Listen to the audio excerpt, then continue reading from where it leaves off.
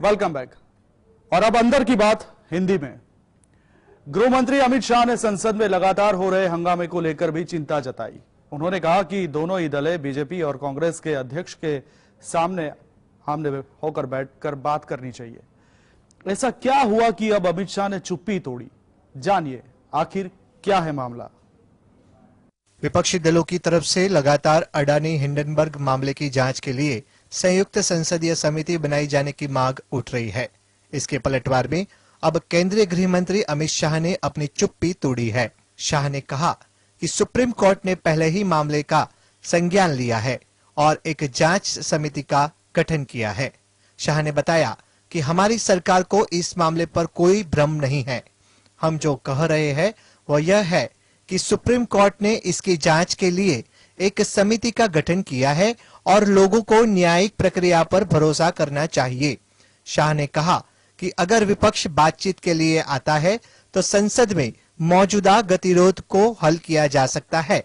अगर विपक्ष 2 कदम आगे बढ़ता है तो सरकार 2 कदम आगे बढ़ेगी।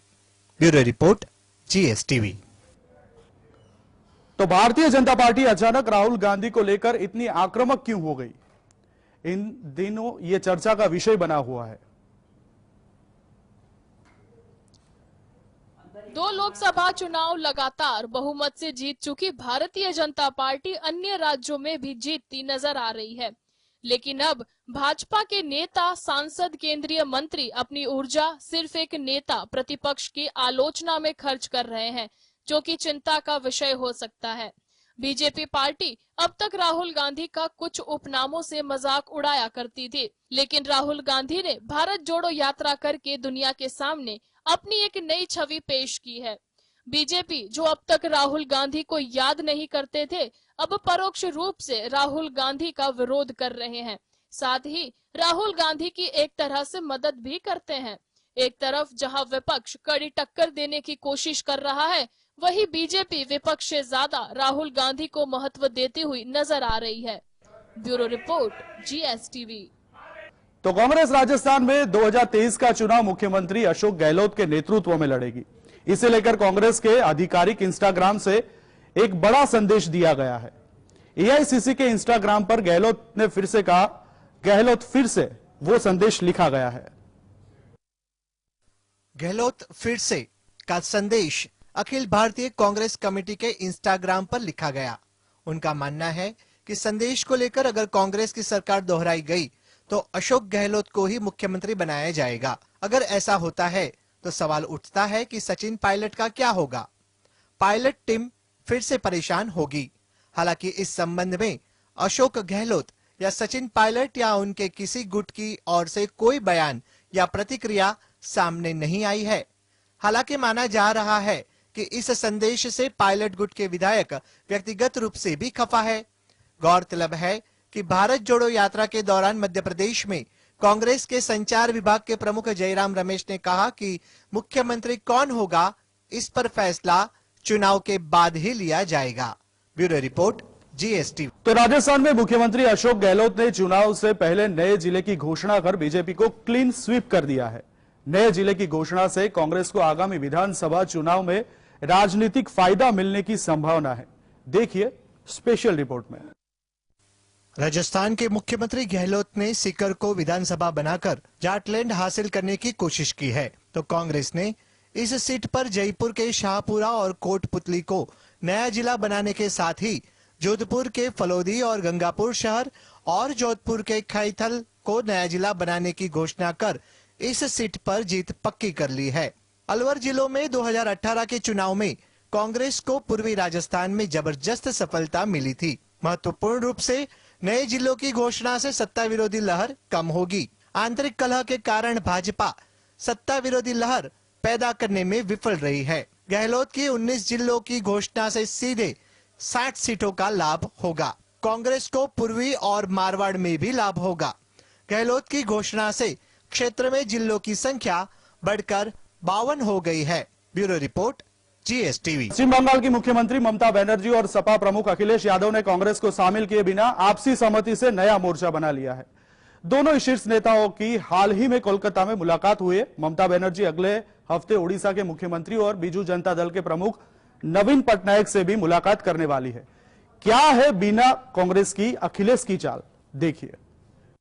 कोलकाता में पश्चिम बंगाल के मुख्यमंत्री ममता बनर्जी और समाजवादी पार्टी के प्रमुख अखिलेश यादव की महत्वपूर्ण बैठक हुई, जिसके बाद बिना कांग्रेस के ही दोनों पक्षों ने नया मोर्चा बना लिया है। मुलाकात के बाद अखिलेश यादव ने कहा कि 2024 के चुनाव के लिए कांग्रेस अपनी भूमिका तय कर रही है, सबको मिलकर काम करना है।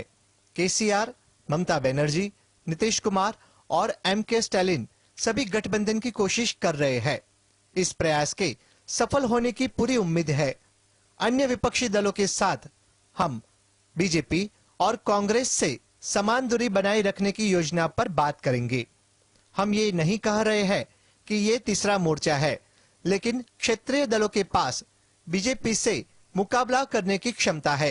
ये सोचना एक भ्रम है कि कांग्रेस विपक्ष की बिग बॉस है। Bureau report, GSTV। तो अगले लोकसभा चुनाव में महज 1 साल बाकी रह गए और मिशन यूपी से एक अहम बात सामने आई है। ओम प्रकाश राजभर के डिप्टी सीएम ब्रजेश पाठक ने कुछ संकेत दिए हैं, जिससे क्योस को बल मिल रहा है। लोकसभा चुनाव 2024 लगभग 1 साल दूर है। उत्तर प्रदेश में मिशन 80 पर राजनीतिक कवायद तेज हो गई है। कौन किसके साथ जाएगा और कौन किसका समर्थन करेगा, इस पर सबसे ज्यादा चर्चा हो रही है। डिप्टी सीएम ब्रजेश पाठक ने ओम प्रकाश राजभर को कुछ संकेत दिए हैं और इससे कयास और तेज हो रहा है कि एक निजी चैनल से बातचीत में पाठक ने कहा कि जब वे एसपी में थे तब भी राजभर से उनकी दोस्ती थी। उन्होंने कहा कि प्रदेश में अच्छे लोग हैं और सपा ने उन्हें धोखा दिया है। एक स्लोगन के बारे में बात करते हुए पाठक ने कहा कि कल भी, आज भी और कल भी। इस बयान से राजनीतिक गलियारे में चर्चा हो रही है कि 2024 चुनाव से पहले राजभर बीजेपी में शामिल हो सकते हैं। Bureau report, GSTV। 25 अफ्रीकी देश की सेना 28 मार्च को पुणे में भारत अफ्रीका चीफ्स कॉन्क्लेव में भाग लेगी। भारतीय पक्ष की ओर से 2 सत्र में रक्षा मंत्रालय और विदेश मंत्रालय और सेवाओं के वरिष्ठ अधिकारी के साथ साथ पूर्व सैनिक सहित प्रतिभागी भी सम्मेलन में भाग लेंगे। क्या होगी चीफ्स कॉन्क्लेव की यह रणनीति? अफ्रीका के साथ भारत का ये नया कदम कैसे साकारित होगा? देखिए खास रिपोर्ट।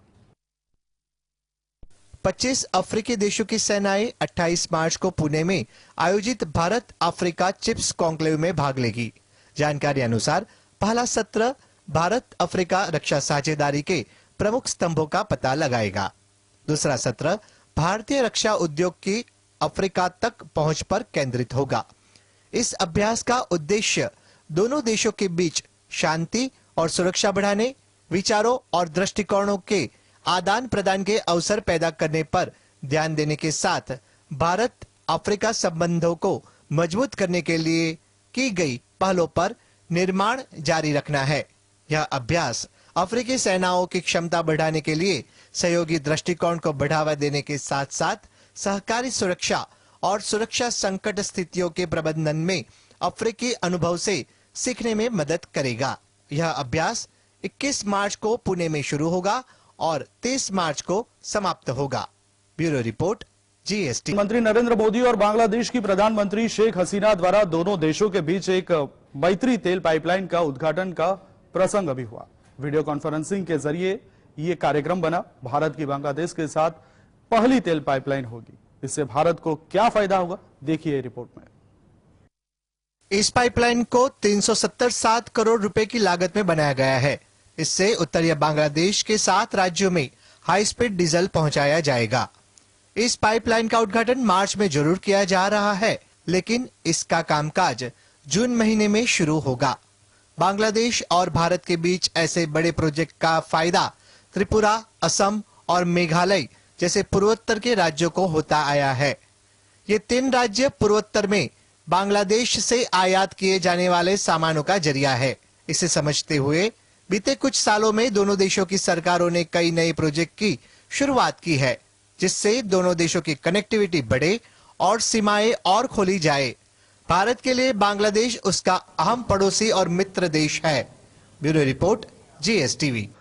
तो रूस और यूक्रेन के बीच युद्ध को 1 साल होने जा रहा है, लेकिन अब भी ये युद्ध के थमने के कोई आसार नजर नहीं आ रहा है। इस बीच जब दुनिया के तमाम नेताओं की नजर प्रधानमंत्री नरेंद्र मोदी पर है, तो इस रिपोर्ट में विदेश मंत्री ने जवाब दिया।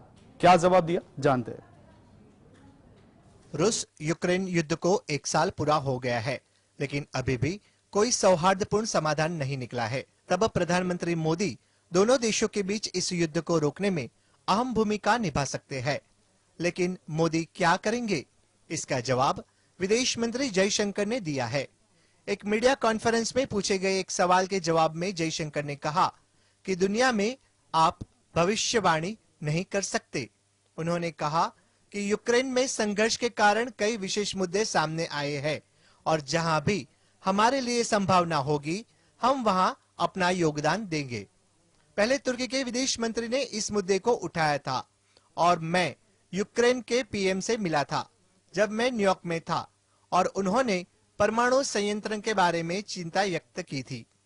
वे चाहते हैं कि मैं रूस से बात करूं, जिसके बाद मैंने प्रधानमंत्री की अनुमति के बाद रूस के विदेश मंत्री सर्गेई लावरोव से इस मुद्दे पर बात की थी। Bureau report, GST. तो हाल ही में चीन और अमेरिका राजनीतिक विवाद के कारण अधिक जटिल हो जा रहा है। गौरतलब है कि पिछले हफ्ते वार्षिक विधायी बैठक के दौरान चीन ने कहा था कि अमेरिका ने चीन को रोकने और नियंत्रित करने के लिए एक अभियान चलाने का आरोप लगाया था, जिससे उनके द्विपक्षीय संबंध खराब हुए थे।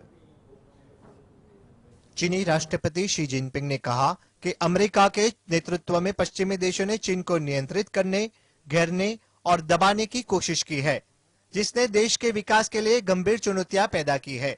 दूसरी ओर चीनी विदेश मंत्री किन गेंग ने भी चीन के बीच संभावित युद्ध की चेतावनी दी है। अपनी पहली प्रेस कॉन्फ्रेंस में उन्होंने कहा था कि अगर अमेरिका बिना ब्रेक लगाए गलत रास्ते पर तेजी से बढ़ रहा तो वह उसे रोक नहीं पाएगा, जिससे युद्ध निश्चित है। अमेरिका में बकनेल यूनिवर्सिटी के प्रोफेसर ने कहा कि चीन और अमेरिका के बीच जारी इस तनाव को लेकर अपनी राजनीति की दिशा बढ़ा दी गई है। कुछ दिनों पहले चीन ने कई अभूतपूर्व शिखर सम्मेलन को आयोजित किए और अमेरिका पर चीन के विकास को रोकने की कोशिश करने का आरोप लगाया, लेकिन जानकारों का कहना है कि चीन की कोशिशों का असर कमजोर। कनाडा में कई भारतीय छात्रों को फर्जी दस्तावेज के आधार पर कॉलेज में दाखिला लेने के आरोप में डिपोर्ट किया जाने वाला है। क्या है पूरा मामला, देखिए रिपोर्ट में। कनाडा में करीब 150 से 200 भारतीय छात्र मुश्किल में हैं। जालंधर में एक इमिग्रेशन कंसल्टेशन एजेंसी ने कथित तौर पर उन्हें धोखा दिया और ये फर्जी दस्तावेज मुहैया कराए। अन्य एजेंसियां भी शामिल है या नहीं, अभी उसका पता नहीं चला है। कई एजेंसियां हैं वह उन लोगों को धोखा देती है जो विदेश में पढ़ना चाहते हैं और वहां बसना चाहते हैं, जिसमें जालंधर में एजेंसी ने भारी शुल्क पर फर्जी प्रवेश पत्र दिए। दस्तावेजों के आधार पर उनका वीजा आवेदन जमा किया और उन्हें वीजा मिल गया। कुछ महीने पहले जांच के दौरान कनाडा में पूरा मामला सामने आया, तो संभावना जताई जा रही है कि ऐसे छात्रों को भारत देश वापस भेजा जा सकता है। Bureau report, GSTV.